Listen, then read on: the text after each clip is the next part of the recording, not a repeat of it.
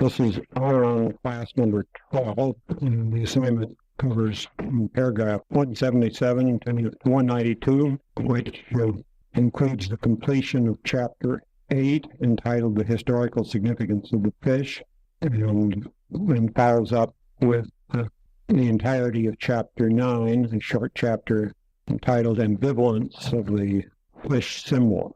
We have 5 themes that I want to pay attention to tonight. Number 1, Leviathan as Eucharistic food. Number 2, apocalyptic literature. Number 3, Marduk and Tiamat. Number 4, the double nature of the fish. And number 5, symbolism of the North.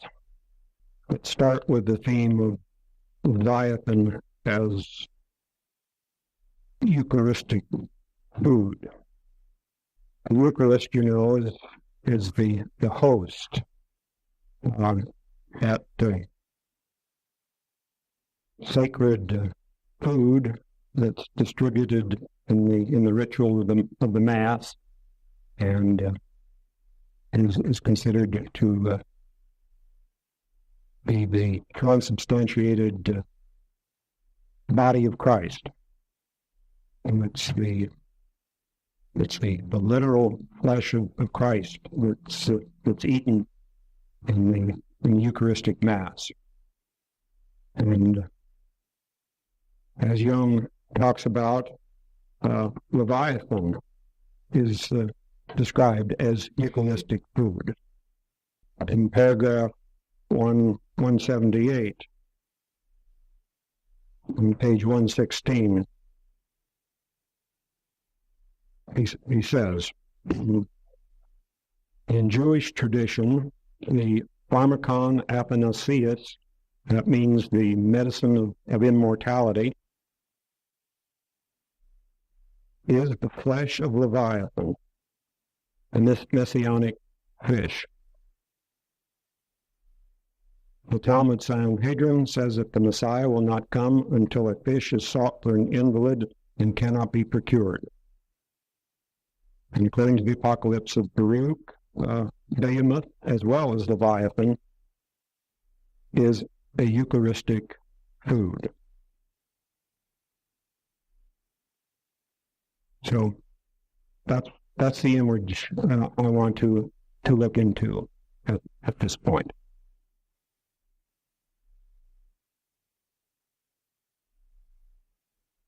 Behemoth and Leviathan are mentioned in only one place in the Bible, and that's in Job 40, chapter 40,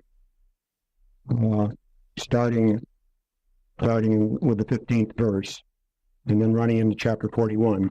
Let me read you a few verses to remind you of what Behemoth and Leviathan are.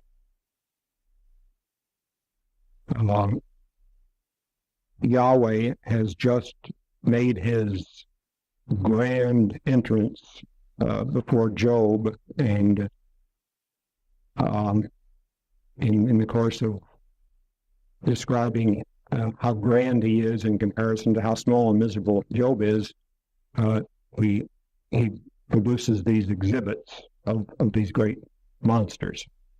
He says, "Now, behold now Behemoth, which I made with thee. He eateth the grass as an ox. Lo now his strength is in his loins, and his force is in the navel of his belly. He moveth his tail like a cedar. He is the chief of the ways of God."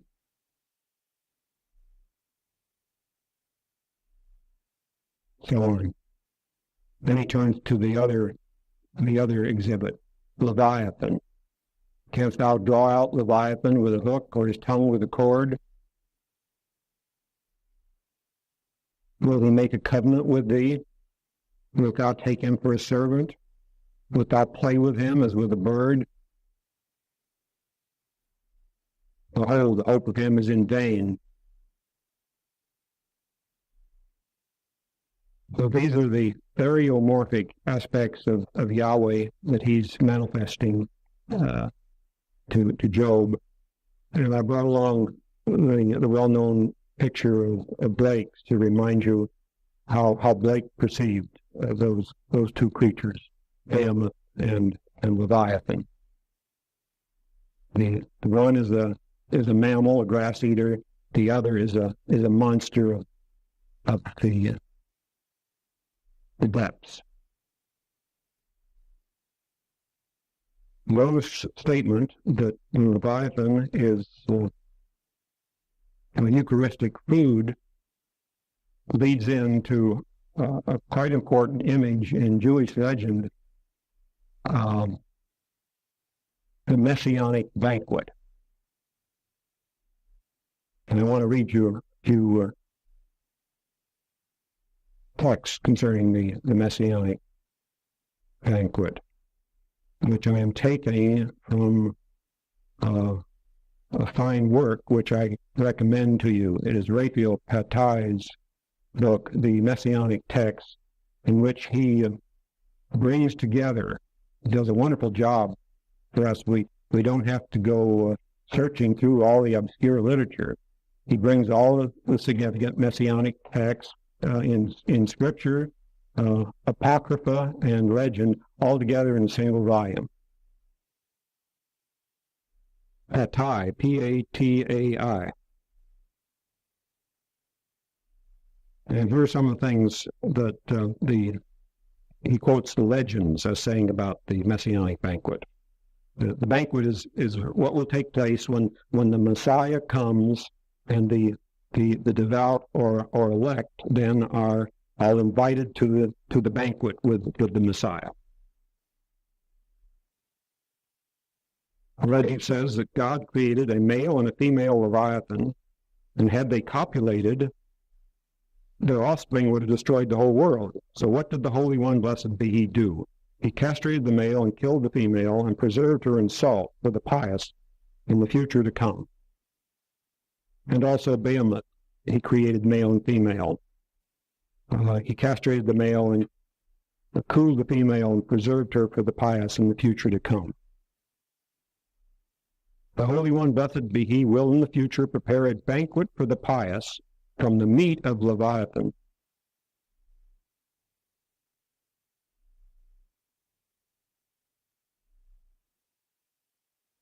In that hour, the Holy One, blessed be He, will set tables and slaughter Behemoth and Leviathan, and prepare a great banquet for the pious. And He will seat each one of them according to his honor, and say to them, you want to drink apple wine or pomegranate wine or grape wine? And the pious will say, the choice is yours. And the Holy One, blessed be He, will bring them wine that was preserved in the grapes since the 6 days of creation. And each pious man will see his glory, and each of them will point with his finger and say, this is our God forever and ever. And they will eat and drink and rejoice until the Holy One, blessed be He, commands that the cup of benediction be filled. That's a kind of great toast of blessing that's to be administered. And that cup of benediction, I should mention, is referred to in paragraph 178 on page 115, where Jung says that the Jewish chalice of benediction is sometimes decorated with pictures of fishes, for fishes were the food of the blessed in paradise.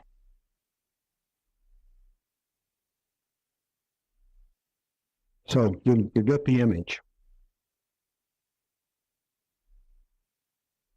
which I consider a very important one.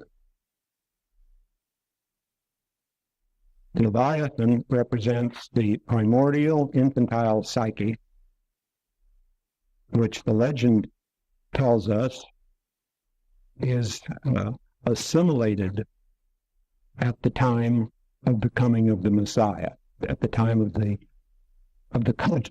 conscious realization of the self.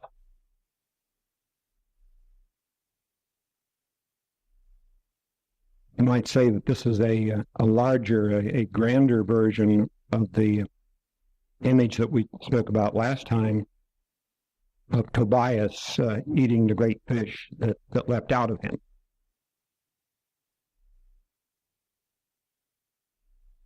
There's two ways of seeing this legendary idea. The way the legend puts it,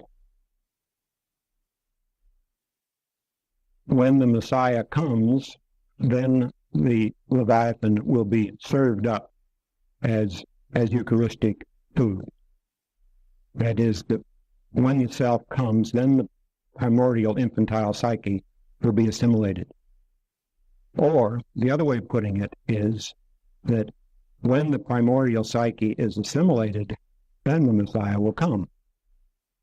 And I think that's a psychologically more accurate way of putting it. It's not so, it doesn't involve such magical thinking. It involves reality. The Messiah will represent the self as consciously realized. This messianic banquet is the underlying image of the Catholic Mass, which acts out the symbolism of the messianic banquet every time it's performed. Unfortunately, it doesn't bring about the permanent psychological transformation that consciousness does. But I consider this messianic banquet to be a grand image of the whole enterprise of the developing consciousness of collective humanity. I see it as symbolizing the collective effort of our species to create consciousness by confronting and assimilating, that digesting and integrating the primordial psyche that it's born into, and in the process of performing that operation, the primitive God image is progressively transformed. So my vision is that we have a huge banquet table around which all humanity sits. And on the table is this vast hulk of Leviathan to be eaten. And here and there in little spots, it will have been cooked. Most of it's completely raw, but just a few little spots have been cooked. And the individuals who have cooked their little spots, if they eat some of that cooked stuff, they'll be able to succeed in integrating it. But the vast majority of people will be eating the raw slices, and to them, they'll just fall into identification with the primordial psyche and live it out, and there won't be any consciousness. But the few continue to cook their little pieces and eat them, and very, very slowly, Leviathan is being assimilated and transformed. That's my personal image. You won't find that one in the books. Okay, number 2. The theme of apocalyptic literature. Jung refers to 2 Jewish apocalypses in this assignment. So it gives me an opportunity to make a few remarks about apocalyptic literature in general. It's end of the Aion literature. So that at the end of the last Aion, a number of apocalypses popped up, clustered right around the beginning of the era. We had one in the book of Enoch that's dated maybe about 100 BC, and we have 2 mentioned today. both of which were written in the last quarter of the first century, say the 75 to 100 AD, right after the fall of Jerusalem. That particular event was evoked a number of apocalypses. It's as though it was the personal dimension for the expression of the archetypal image. Seneca, in his New Testament Apocrypha, gives a nice summary of the nature of apocalyptic thinking that I want to summarize briefly for you. He considers that apocalyptic thinking has four major features. One is it expresses the doctrine of two ages. It talks about the current age that's about to end and the age that's about to come. Or other ways of putting it is that the two ages may be expressed as time on the one hand and eternity on the other hand. And of course, the age that one's in is the decadent bad age, and the age to come is a good one. And that ties into his item number 2, which he describes as pessimism for the present age and hope for the future age. So it's a combination of pessimism and hope. Short-range pessimism and long-range hope belongs to the ideas of apocalyptic thinking. The third item is that this thinking uses the concepts of universalism and individualism. History is seen as a whole, and the world and mankind are thought of as a unity, so that narrow nationalisms are transcended in apocalyptic thinking. So what's indicated is that the totality is constellated, and the notion of the wholeness of humanity is emphasized in this universal thinking. And the other side of it is that what goes on is between the individual and God. I mean, not between a collective and God, or not between the individual as a member of a collective, but the individual as such is face to face with the divine process. And the fourth item that he mentions is determinism. That is, that apocalyptic thinking considers that the course of events have been predetermined by God, and therefore they can be calculated more or less.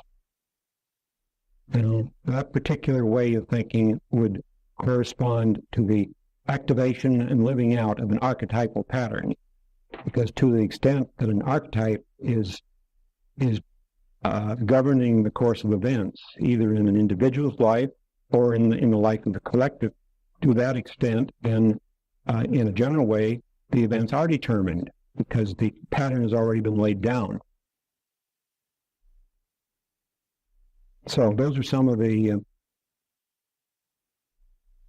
features of apocalyptic thinking. It's interesting to consider, since we're at the end of an eon, is there perhaps some apocalyptic literature showing up in the modern world? And I think there is. The old-fashioned apocalypses are out of style. They're just a little too primitive in their thinking. But we definitely have end of the eon literature I think Nietzsche's Zarathustra is an example of that. Oswald Spengler's Decline of the West is an excellent example of that. And Jung's Aion, of course, is a superb example of that. Such a work couldn't be written except at the time of the end of an eon. As long as you're in the middle of it, you can't see the eon in its totality.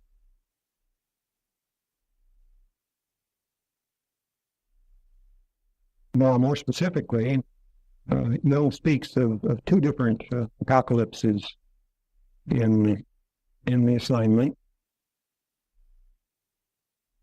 He speaks of the Syriac apocalypse of Baruch in paragraph 181.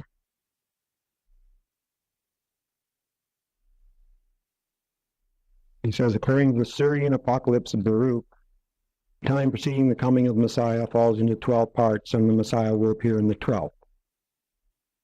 And Leviathan will then rise out of the sea.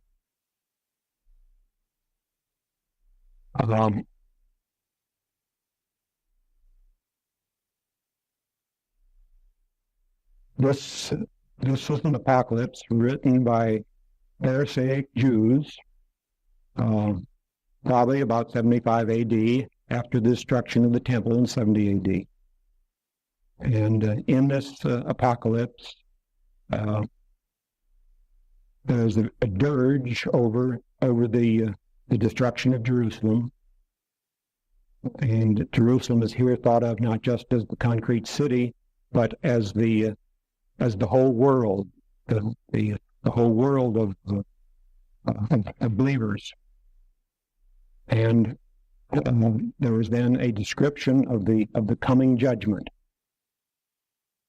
And Baruch describes 12 woes that are come onto the earth, and then comes the Messiah. And at this point, Behemoth and Leviathan shall appear, and they shall be the food for all that are left. There's a very interesting image in this apocalypse of Baruch. There's a vision of a great cloud that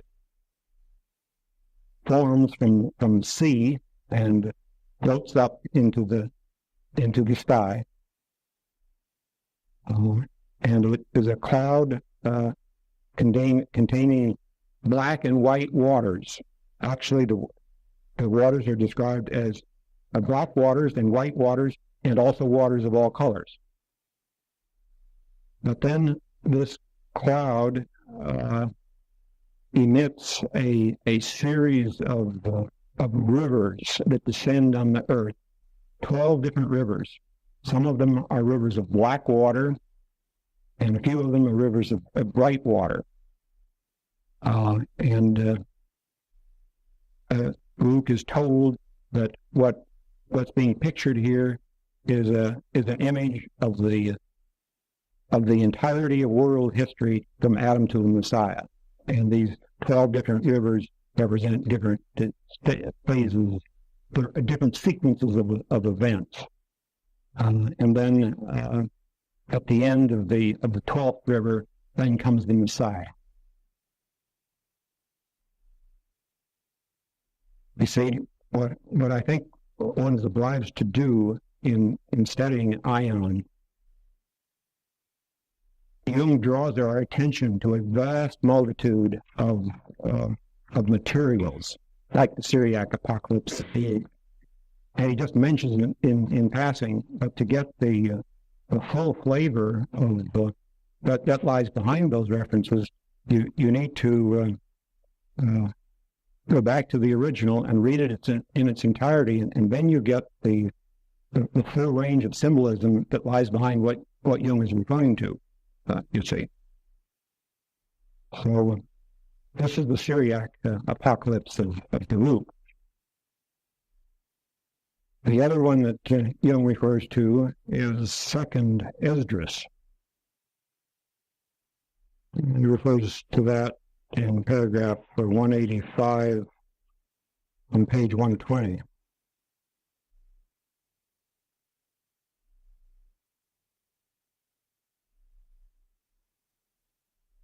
Just as in Augustine, Christ the fish is drawn from the deep, so in second Esdras, the man came out of the sea like a wind.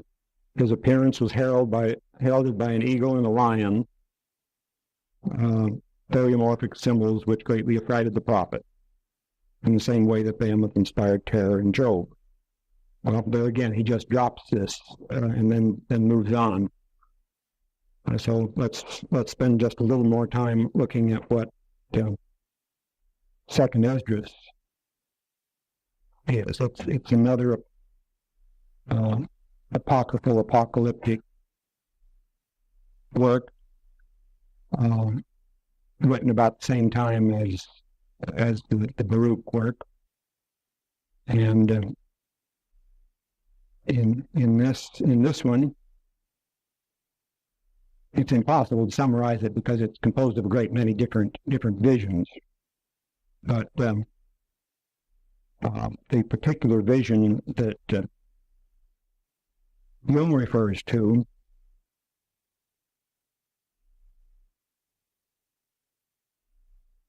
was that the prophet, the seer, sees an eagle coming up from the sea with 12 wings and 3 heads, and the eagle rules over the entire earth. Other wings sprout and other wings fall off, and there's a whole process that goes on that is interpreted as being a historical sequence. Then a lion comes roaring out of the woods and berates the eagle for its evil. And the eagle is burned.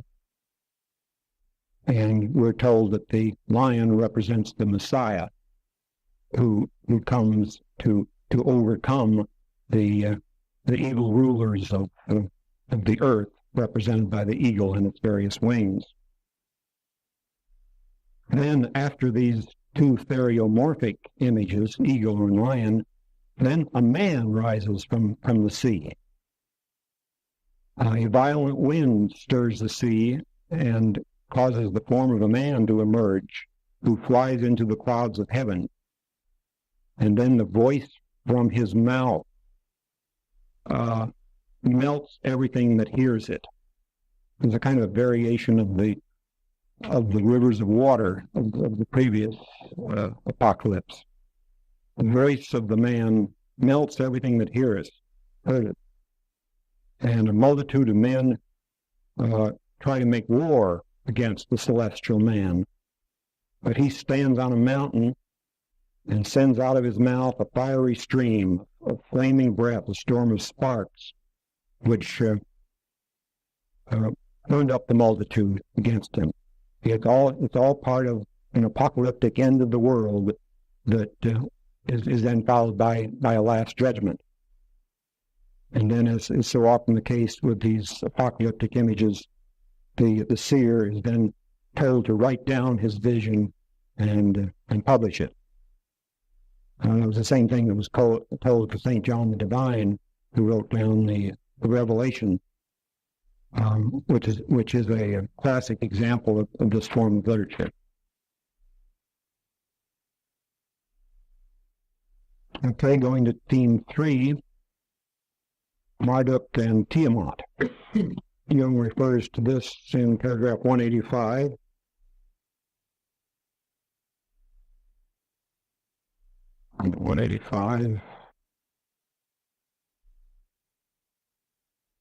We're told that Yahweh smote Rahab by his understanding, and Rahab the sea monster is cousin germain to Tiamat, whom Marduk split asunder by filling her up with Imhullah, the north wind.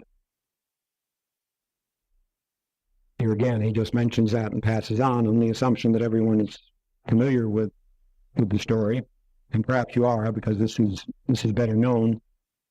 But let me remind you of it nonetheless. This summary of it comes from Alexander Heidel's text entitled the Babylonian Genesis. Marduk, who is the young hero of the gods who have been the old ineffectual gods have been tyrannized by the monster Tiamat. And he goes to battle with her. And he encounters Tiamat and denounces her in trenchant terms for her wicked measures and challenges her to a duel. She becomes like one in a frenzy who lost her reason. She accepts the challenge, and the two press to single combat.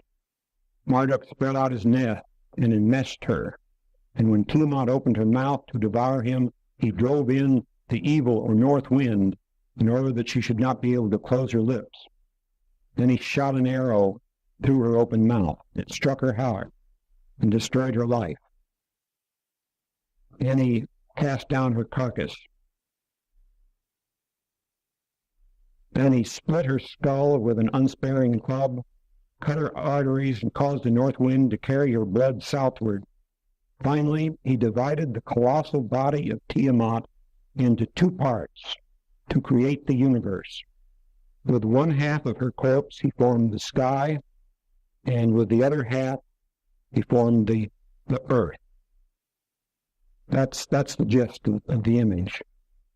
You see, it's a variation of the primitive Egyptian creation myth of the separation of the world parents, who were in a state of continuous cohabitation, and the god Shu came in between them and lifted the two apart, and one became the sky and the other became the earth. See, this is an image of developing consciousness.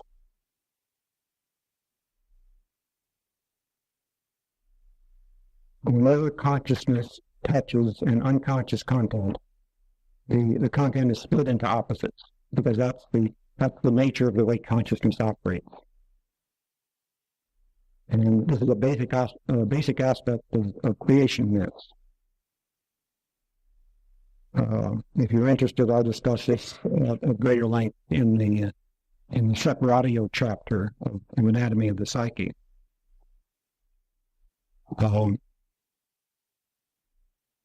An interesting example of this particular archetypal image is my earliest dream, which I'm sure took place before I was a year old. The dream was that I was experiencing sequentially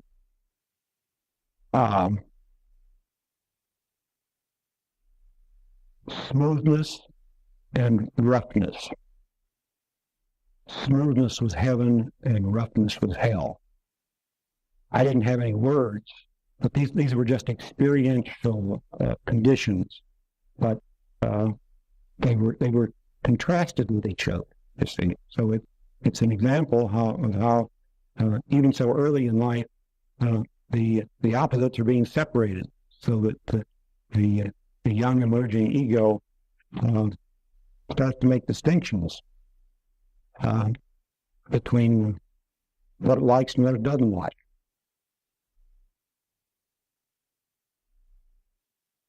Okay, theme number 4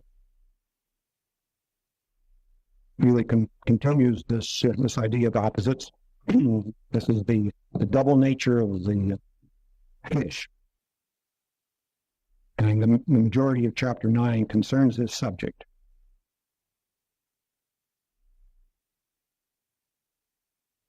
Jung tells us that according to certain early texts, the original sea monster was split into two, like Tiamat was. So that some texts speak of two leviathans, and then later the doubleness was expressed by the pairing of Behemoth and Leviathan. And another way of putting it is mentioned in Jung's paragraph 183.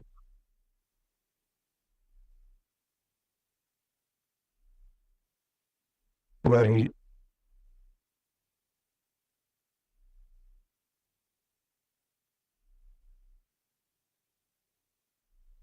Jung, I won't read it all, but the idea is that the original deity split Leviathan off from himself, or split a monster off from himself, and I've charted that here, and so that the opposition was then between God and the monster, but then the monster split into two, and then the opposition was no longer between God and the monster, but was between the two monsters. So that then you had two fish, a good fish and a bad fish.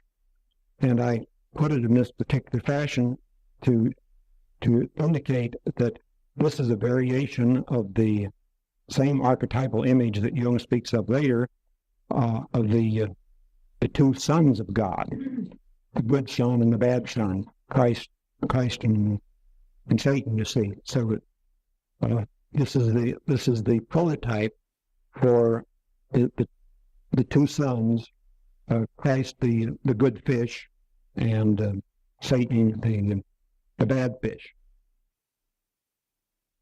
This image is an example of how the self differentiates under the influence of consciousness. Or another way of putting it is that it can be seen as a doubling of the shadow, which Jung speaks of in paragraph 185. This split here corresponds to the doubling of the shadow often met with in dreams, where the two halves appear as different or even as antagonistic figures. Jung says this happens when the conscious ego personality does not contain all the contents and components that it could contain. Another way of seeing that is that kind of image in dreams indicates that awareness of the opposites is coming into consciousness. So it often happens when an unconscious content is about to emerge into consciousness that it appears in doubled form in dreams. It's split like Tiamat. And that's where it comes into consciousness. And what often happens is that one half of the form is accepted and added to consciousness. It's the half that one likes, and the other half that one doesn't like is repressed again.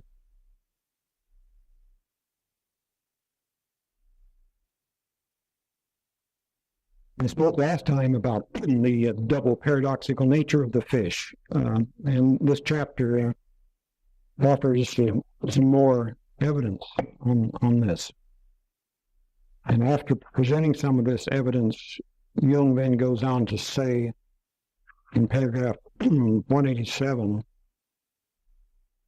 the ambivalent attitude towards the fish is an indication of its double nature. It is unclean and an emblem of hatred on the one hand, but on the other, it's an object of veneration.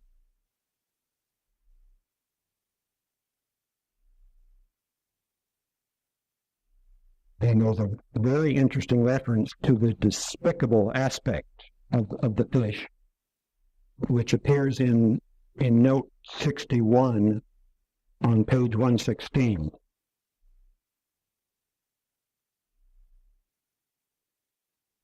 Jung says in note 61, compare the Aion in the Pectorius inscription. He doesn't bother to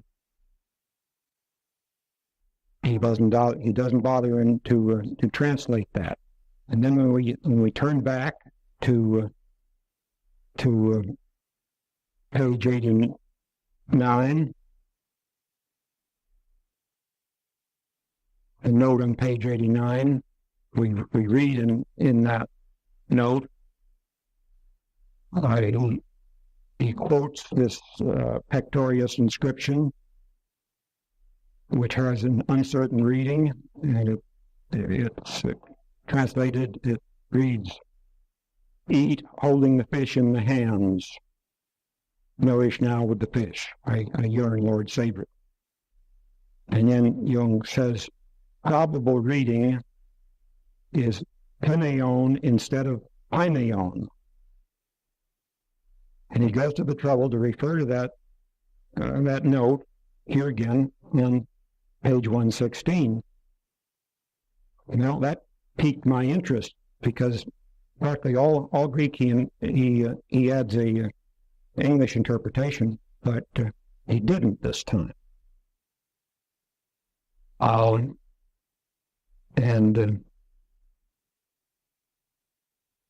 the reason is he's sneaking in some secret wisdom.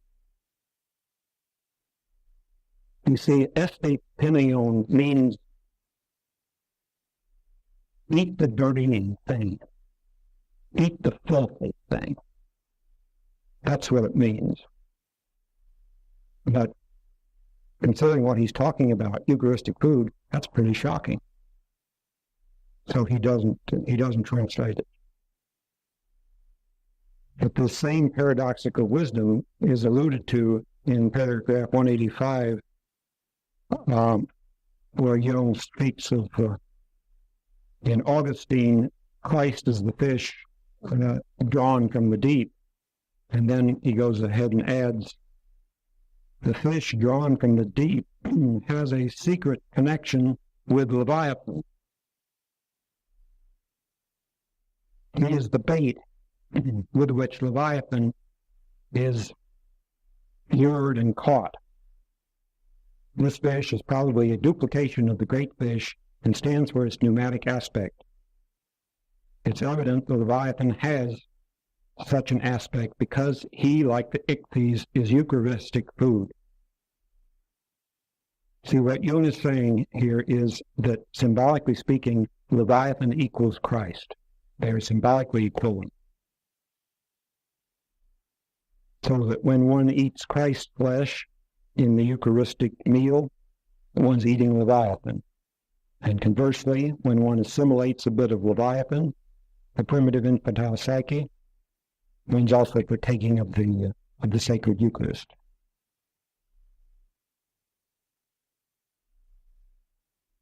Okay, theme 5 is the symbolism of the North. We've already talked about that in a previous class, and Jung returns to it again and reminds us with further material of the double paradoxical quality of the North. Like the fish, it's the place that God comes from. It's the place of Ezekiel's supreme vision, and it's also the place where Set and the devil reside. And I think the basic reason for that is that the cosmic axis is rooted at the North Star, the North Pole, and it's the center of the universe. It's the great cosmic mandala center that's located there. Here's an example of that. That's a time-lapse photograph of the northern sky, and what you see there are what Francis Thompson calls the wheeling systems. He speaks of not where the wheeling systems darken. I've got a smaller picture I'm going to pass around that shows how it looks if you focus in right on the pole directly, and that's where God resides, in the center of that picture. And even though the ancients didn't have time-lapse photography, their unconscious would have perceived